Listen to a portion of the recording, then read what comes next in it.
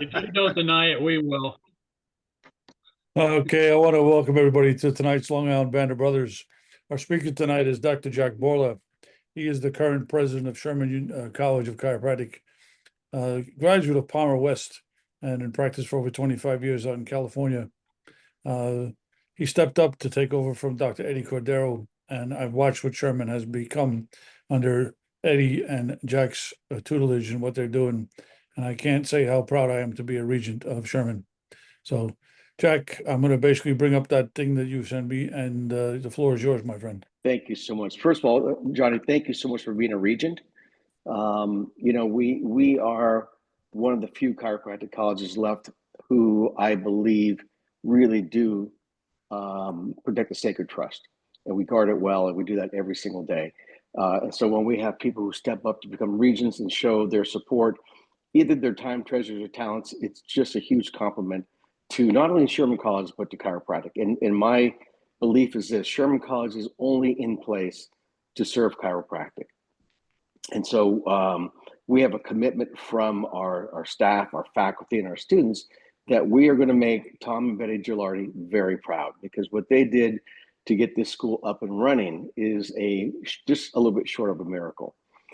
We oftentimes hear that this is the best time to be a chiropractor. And I believe, honestly, this is the only time to be a chiropractor. I know what our four parents went through, but we're going through something very similarly. We are at, I think, the brink of near extinction if we don't do something collectively. And collectively, I mean get together and protect chiropractic for what it is. I have been working pretty tirelessly, not just at Sherman College, to build enrollment and build support, but to build chiropractic.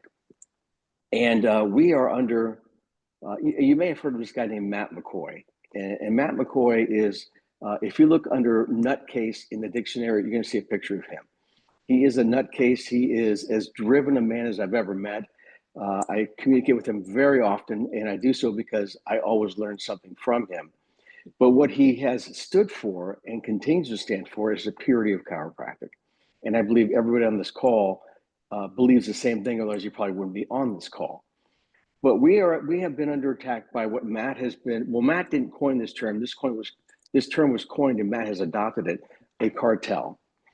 And there's a cartel of people who have worked tirelessly. They have worked with a tremendous amount of volume and velocity and money to challenge and try to eradicate the vertebral subluxation, saying in some cases it's an ancient history, it's a historical concept. And we know that to not be true because we see things in our office every single day which completely contradicts the notion that there is no vertebral subluxation. But recently, our students, all chiropractic college students, have been challenged with a new challenge, and that is Part 4, National Boards Part 4. So NBCE has made the decision that they want to centralize the taking of Part 4 to Greeley, Colorado. I have taken the position from Sherman College to say that, first of all, we don't believe that Part 4 is even necessary. The reason Part 4 is there is to test and to say that our graduates are competent and safe. Well, I don't think you need a Part 4 exam to do that. I took Part 4. And when I left that exam, I said to myself, what a waste of time. Competency and safety were provided to me by the education I received at Palmer West when I was a student there. And so I believe, first of all, that Part 4 is not necessary. I'll give the details of why I believe that's so. At Sherman College, we have a 14-quarter curriculum. And in order for a student to progress from first quarter to second quarter, they would have had to pass successfully quarter 1. If they don't, we do some remediation, and we hope we can correct whatever the deficiencies there were. And if they, in fact, don't... Do you mind if I wait in here for my Uber? No, it's fine. I mind. So in order for students to successfully complete the curriculum, they have to go from quarter to quarter to quarter. And when they finish 14 quarters, they walk across our stage and they receive a piece of paper, which we call a diploma, which is signed by our Vice President of Academic Affairs, by myself and by the chair of a board of trustees, which says that we attest to the fact that this student has successfully completed all 14 quarters. Our curriculum is overseen by 2 accreditation agencies, both of which are recognized by the US government, the Department of Education. One is the CCE and the other is SACS. SACS is our regional accreditation, CCE is our global accreditation. If in fact any part of our curriculum shows up as deficient, we have an obligation to correct the deficiency. So we have a group of people, our faculty, we have our administration, and we have our board of trustees, and then we have 2 different accreditation agencies who attest to the fact that anybody who completes our program does so, and they deserve the right to stand for practice. I want to know who is the NBCE, which by the way is a for-profit self-appointed group, not recognized by any government agency. They are recognized by our state boards, but not by a government agency. Who are they to determine if our students are competent and safe? And by the way, if they're overseeing us, who's overseeing them? And the answer is nobody. So we believe that we don't need to have our students undergo a Part 4. Now, beginning next year, in 2026, our students, in fact, all students, are going to be required to travel all the way to Greeley, Colorado to take this Part 4 examination in a centralized location. Add in expenditures, add in extra stress, and add in the possibility that they may not even make it there due to weather. So we have been working tirelessly through this Chiropractic Freedom Coalition, which is now on the screen. And this coalition is a coalition of 60 different associations, agencies, and groups with about 7,000 members, including students who have signed on this petition to encourage the CCE to no longer recognize the NBCE as that body, or if we're going to have a test, open it up so it's not a monopoly. Right now, the NBCE testing is a monopoly. They're the only tested agency that's being recognized. And so what we would like is fair trade, which is one of the things that the United States stands for. So we would like to, if this is in fact a requirement, then let's open it up to multiple testings. Before, NBC Part 4 was given in 30 regional centers. Now it's going to be in 1. So our students who live in South Carolina have to make the trek all the way to Greeley, Colorado, adding time, expenditure, stress, missed opportunities to see patients in our chiropractic center. And none of this makes sense to us. So we had an opportunity last Friday to meet before the CCE and present our case, which they listened to. And we'll have to wait for their ruling on whether or not they think that removing the Part 4 centralization is a good idea. So that's what I've been working on. That's what many of us have been working on. And we would love nothing more than for you all who are on this call tonight to join our efforts, sign our petition, donate if you can, and understand that this is nothing for us personally. This is for the profession and for the future of our students. So that's my sales pitch for tonight. I hope you understand the severity of the centralization of the NBC Part 4, and I hope that you will join us in this coalition because we truly believe that our students deserve to be treated better than this. Now for the great news. Go ahead. Go ahead. No, you had a question for me?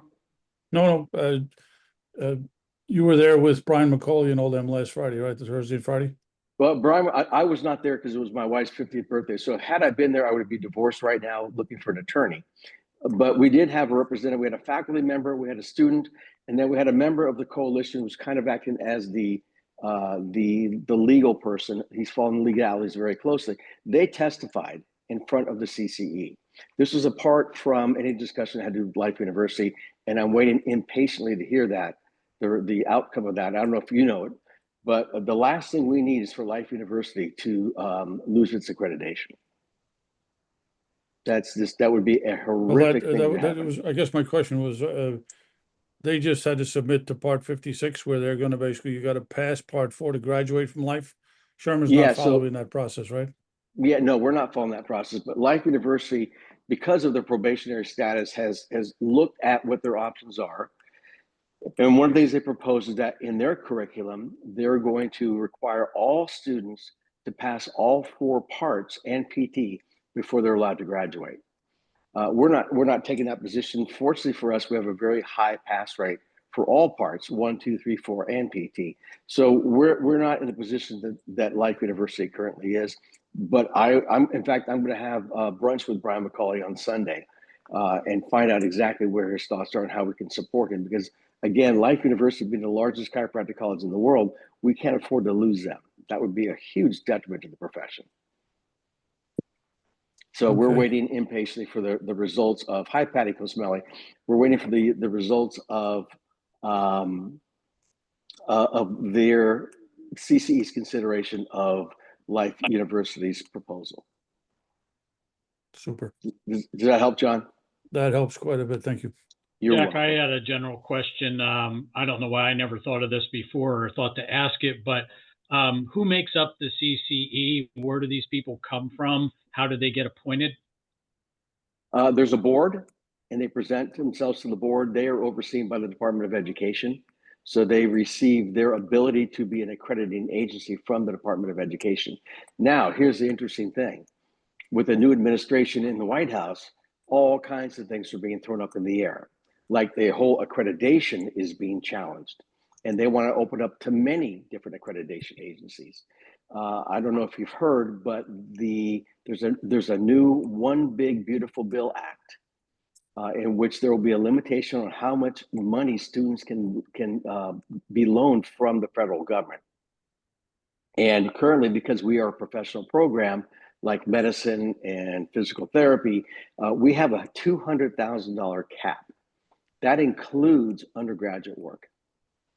And many students, we have one of the lower, fortunately, we have one of the lower, because of our cost of living, we have one of the lower loan rates than other colleges. But imagine in California, how expensive it is just to live.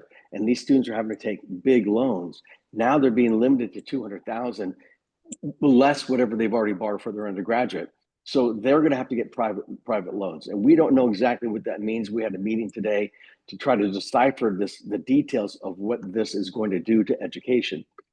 None of us know. I do know that the medical schools are up in arms because their cost of education is way higher than ours. But we're looking at the options. Fortunately for us at Sherman, we have some pretty sharp people who understand the federal student loan business. And so they're working through all the details to see how do we support our students come July 1st, 2026, when this new cap comes into effect. Does that help, Jeff? That helps. Yeah. And I know I'm sure you've heard of it as well. Some colleges are looking to do some satellite campuses in like an office building with online learning as well, which can greatly reduce the cost of an education, which of course you still need your second half of your education on a campus in a health center, but that may be another way we can reduce student liability as well.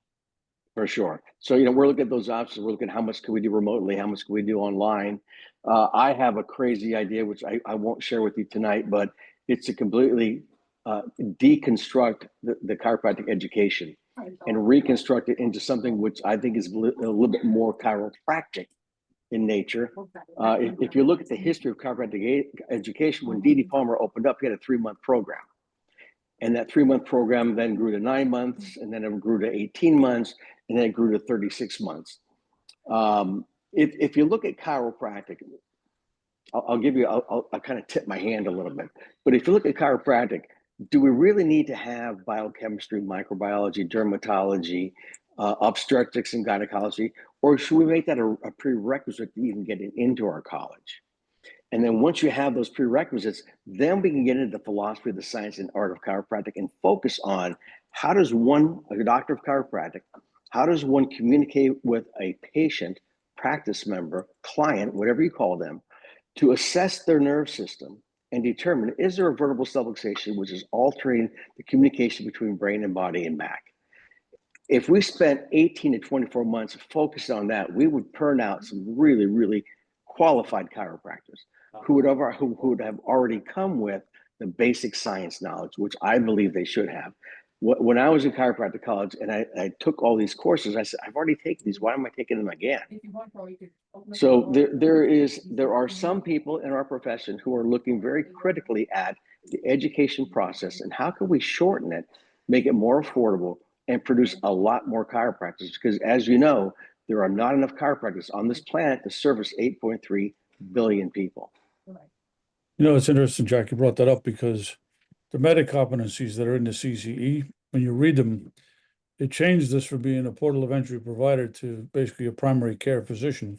And one of the things that Matt McCoy brings up all the time is a primary care physician, lowest reimbursement, but the highest liability. Yeah. They basically did that because they said, well, if you can do more, you can charge more. But the entire payment system for the way insurance covers things has completely changed. Most of the state laws are not also, the state laws don't do things that are basically for a primary care physician. Right. In New York, we're a portal provider entry. You know, it's interesting because we're having discussions here in New York about how to get some of the CCE and FCLB language out of our state law. Right. And I think that's going to be very important because, as you know, the IACE, which is the new one of the new accrediting bodies, you know, they just accredited the Scotland school. So there's a whole lot of stuff going on, and I think, as you said, this is the best time to be a chiropractor. Well, it's also the best time to basically be a chiropractor and have an impact on what chiropractic is and how it basically is taught and practiced. Absolutely. You know, you can influence people or you can impact them, and I would much rather impact them. And so one of the things that we've applied for IAC accreditation, we've completed our self-study, and we're actually up on July 23rd for a meeting during which they will render the decision, are we being recognized or not. So we've submitted our self-study. We've had a preliminary discussion. We've undergone the interviews with the IACE, and we would like to see another accreditation body who is recognized by a government agency, whether it's the Department of Education or CHIA, doesn't matter who, as long as they're recognized, has an opportunity. So we remove this monopoly that we've seen for so many years, since I think mid to late 70s. We don't have fair trade in our profession. Groups who make final decisions, and no one's going to challenge them. Well, we've been challenging them now, and we've grown some momentum, and we hope that this momentum will lead to change. We don't want to eradicate the CC. We just want other options. We don't want to eradicate NBC per se. We want other options. And I think that as a profession, we're entitled to have other options, because this cartel, this monopoly is not good. It's not, first of all, it's not good business if you're on the other end of the monopoly, but it's also, at any one time, they can make a decision and shut us down. Well, I think for me, it goes down to just the ethics. How do you have in state law a private corporation protected by the state law and basically put in charge of everybody that practices in that state? That's right. You know, there's some big problems with the ethics of how things were done years ago. And the way the money flows between CCE, FCLB, and the state boards back and forth, the national board as well. There's some big problems with that, because also, Jeff, you asked about how do you get appointed. A lot of the people that are on, because I've been watching it for the last 3 years, a lot of the people that are on the committees who are on national board, they went to CCE, from FCLB onto the national board, back and forth. So it's not that there's new blood coming in. They're basically nepotism. It is nepotism. Yeah, it's a good old boy network. It's nepotism. And I don't think any of these people wake up in the morning and say, I can't wait to screw chiropractic. They just have a different view than we do. And our view is, let's have everything be open, out in the open and fair, and let's produce great chiropractors. If we truly believe that a chiropractic visit can alter the trajectory of someone's life, let's make it easier for people to become chiropractors. We never are going to sacrifice our ethics, our morals, and our values, but let's make it easier, because there are not enough chiropractors. I think the number floating around is about 100,000 chiropractors in the world. That's not enough to care for 8.3 billion people and growing. Well, I think the bigger concern is, and we see it here in New York, we're not sending enough people to school to be taught, to graduate, and replace the amount of people who are retiring or passing away. Absolutely. So the schools are not getting enough people in them, and they're not graduating enough students to replace the people who are retiring. So it's basically, we're not replacing ourselves, and that's a big problem.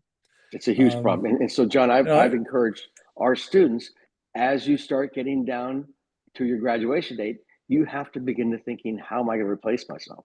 At least at that level. And as you said, the profession has gotten older and people are starting to retire. And as they retire, there are fewer people in the community to serve chiropractic to the masses. So we have got to make an effort to send our people to the right schools for the right reasons. Jack, with that in mind, I would like you to speak about the document that the other schools signed that Sherman did not, about subluxation, and what the other schools decided that should be. Yeah, so there's a group of people called the subluxation deniers. It's international. They believe that the vertebral subluxation is a historical concept. And there's all kinds of science to show that it's not a historical concept. It's an everyday thing that is occurring and it's affecting people's lives, the quality of their lives. We believe very strongly in the definition of chiropractic that Stevenson provides. We believe that it's not a symptom-based profession. It's a life enhancement-based profession. So we did not sign that. We're not part of the American College of Chiropractic, that group, the American Congress of Chiropractic. We are, I don't want to say that we are rebels, but we're rebels. The Gilardis were rebels when they started the college in 1973, and we have carried through with that being rebellious in that we are not going to sacrifice the purpose of chiropractic to please a group of people who have a different idea about what chiropractic is. Jack, another question I have for you is, with Sherman, I'm sure there's a 5-year plan. Could you sort of update everybody on what's going on with Sherman in that 5-year plan and where Sure. you see the college going? Yeah. So we in 2024 we began working on the 5-year strategic plan from 2025 through 2029. It was an all-inclusive plan where we had all stakeholders. We had students, we had faculty, we had staff, we had our board of trustees, we had alumni, we had regents, we had supporters, and we developed a plan. And the plan is this: we're going to grow our enrollment from where it is today to 603 people by the end of 2029. That represents about a 63% increase, which sounds huge, and it is. But when you start with a small number, 63%, just a little bit bigger than that smaller number. A good friend of mine who is a chancellor at University of South Carolina, upstate, not far from us, his goal is to increase his enrollment by 8%. Now, the 8% may not sound like a whole lot compared to 63%, but they have a whole lot more students to start with than we do. So 8% for him is a huge number. 63% for us is a challenge, but it's certainly a doable thing. In order to have done that, we've had to hire some new people. So I've been at Sherman for 2.5 years, and we really have not had a mature leadership team until now. We now have a vice president of our strategic enrollment services who comes to us with a tremendous amount of relevant experience in higher education. And we have a new vice president for advancement, and he has extremely relevant experience. His job is to go out and get us money. I have a dream, John, that our current chiropractic center will be moved to a different location on our campus, and we'll create a much larger, modern facility. It'll be a clinic, which I hope to call the Beacon of Hope. And I hope it is a beacon that will call the people of Spartanburg and the surrounding counties to come get their chiropractic care. It'll be a modern clinic, and it'll have 3 attached wings. One wing will be for pediatrics. Sherman College has made a concerted effort. In fact, we're the first college to actually have an official perinatal and pediatric department with a department head, and that's Dr. Sarah Hawk. So I want one wing to be for pediatrics, because as you know, if you take care of kids, that's a different animal. You can't just let them run around in a typical clinic. So I want a special wing just for them. I want a special wing for us to do research. In Spartanburg County, this little tiny county in South Carolina, there are 7 colleges and universities and 28 high schools in this county. This is a mecca of education. And I want to have relationships with the other 6 colleges where we do research together on common topics, which we've already talked about, so that we can produce publishable results that will benefit society. And the third area I want is, because we have an emphasis and concentration on upper cervical, I want an upper cervical wing with specialized instrumentation. We were the first chiropractic college to have a cone beam CT scanner. We have a thermal imaging camera. We have state-of-the-art X-ray equipment, and I would like to have a functional MRI unit in our chiropractic center. So, John, if you got an extra $5 million sitting around, I wouldn't mind if you sent it my way. So we have this idea, we have this plan as part of our 5-year plan. That will probably be more of a 6-year plan, maybe 7-year plan. But we also have an idea, we're gonna do a master plan for our campus to maximize the efficiency that we have within our campus. I don't know if you've ever been here, but this is one of the prettiest places I've ever seen. There's a certain hum that happens here. There's a vibe that goes on at Sherman College that you really can't describe. You got to feel it. And so we want to utilize that and make the most use of that vibe, that hum that we have. And the way we do that is we get people to come to campus. So we have 4 times a year, we have this event called Showcase Sherman Weekend. It's a 2-day event where people from all over the country, prospective students and their guests, can come and spend 2 days with us. We expose them to our faculty. We show them around campus. We put them through a palpation lab. We show them our cadavers. We show them all of our technology. And they really become entrenched in what does the culture of Sherman look like? Because the truth is this, chiropractic college is not easy. It's 3.5 years. And if you don't feel comfortable where you are, you're not going to be very happy. So I encourage every prospective student to visit the other campuses if they can. And if they decide to go somewhere else instead of Sherman College, we're still going to love them. Just not. Well, I think that one of the things that sets Sherman apart is, I think if I remember reading right, Sherman right now has the best student to teacher ratio, which we have a very low by design. Yeah, by design. That's very valuable in that kind of a program. Yeah, you know, Jeff, I just want to bring up something. Yeah. This Chiropractic Freedom Coalition, the New York Chiropractic Council is one of the groups that signed this. Correct. You might want to bring it to the fellowship out in Pennsylvania. Pennsylvania.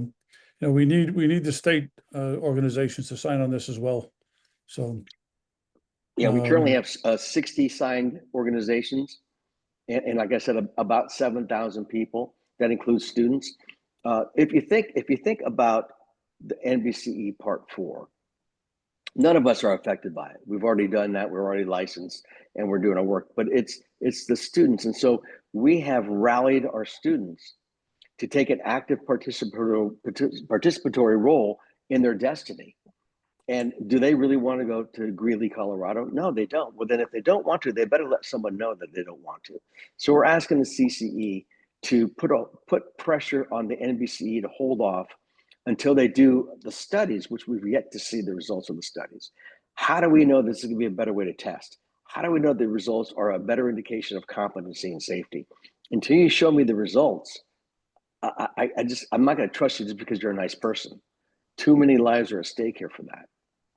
Well, I think to be honest, that makes sense, John. Yep, absolutely. Because when I look at it in my 32 years of practice, I've seen a lot of stuff that's gone on, and it happened because the NBCE and CCER. Because when I was in school, we still had SCASA, right? Yeah.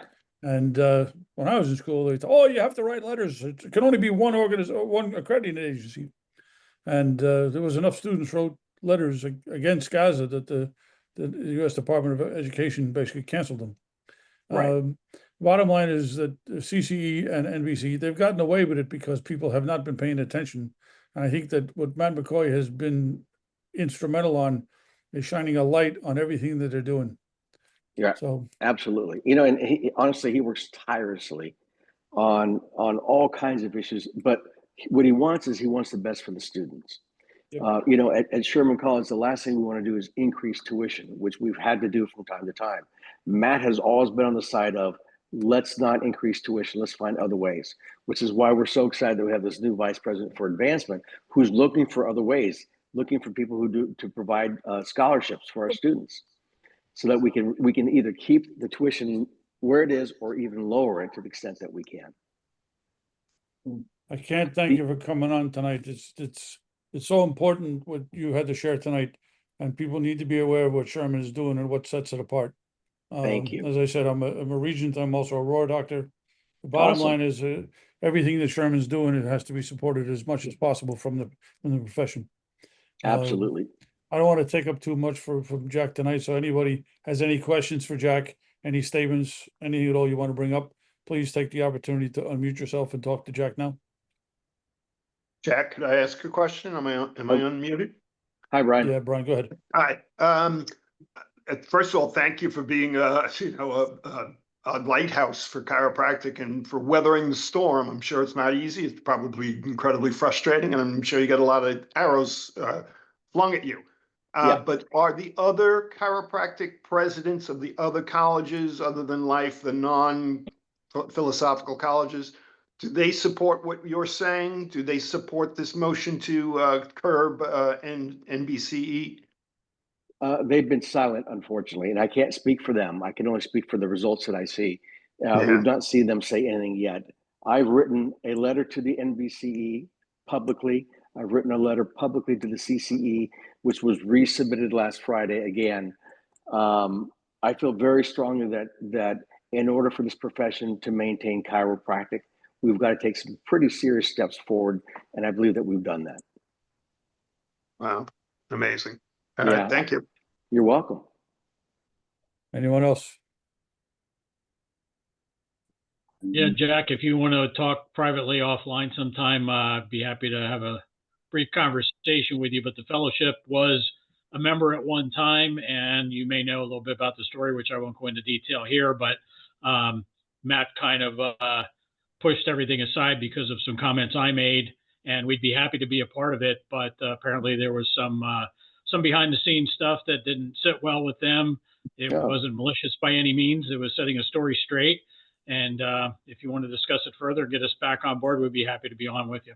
Jeff, I would love nothing more than that, because that means we can hang out together a little bit more often. Well, I don't know if I want to do that, but let's at least get us on here. You're killing me, dude. You're killing me. To think that we used to love one another so much.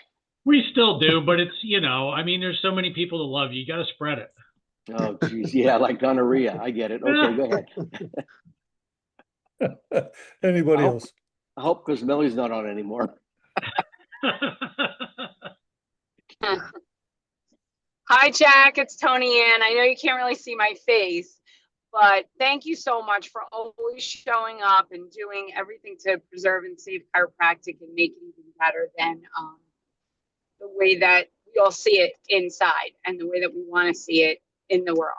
Thank you. So I've always been so supportive of Sherman. And I'm just really glad that you're the president and that things are happening.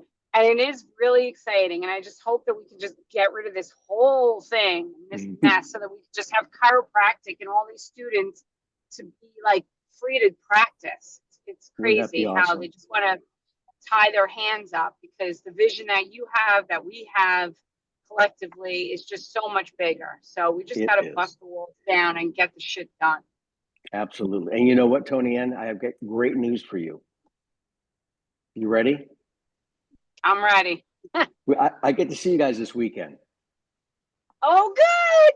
Yes, I'm so excited. That's great. I can't wait. That's going to be wonderful. Tony Ann, thanks for coming on tonight. It's good to see you. Oh, you too. Everybody here, I love you and miss you all. Anybody else? Thank you, Jack. Thanks for everything you're doing for chiropractic and doing with Sherman. I think it's awesome. Thank you. I appreciate that very, very much.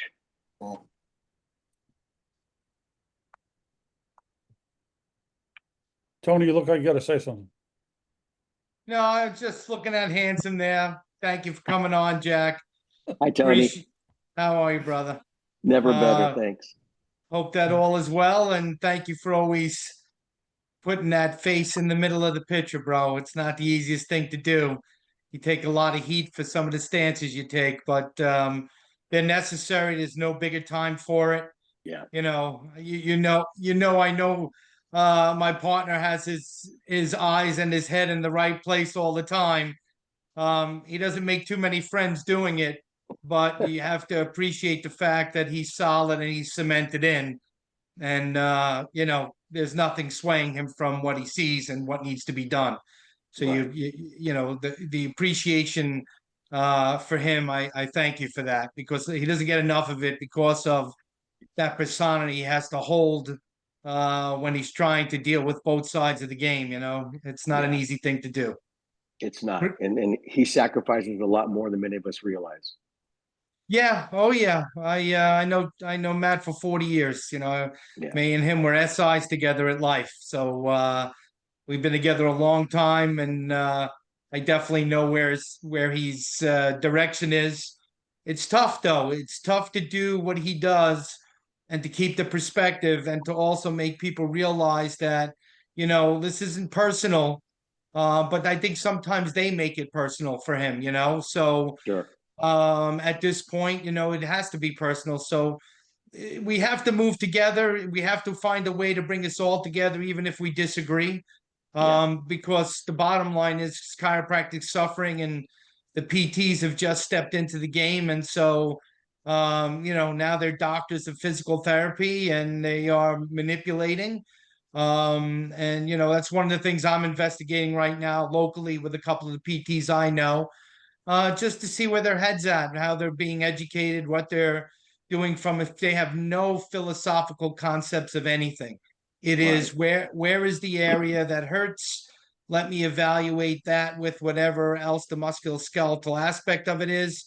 And here's the restoration of that mechanic dysfunction. And, we'll give you some therapy and you will be better. And let's be honest, with a $50+ billion industry in low back and neck pain, they're not stupid.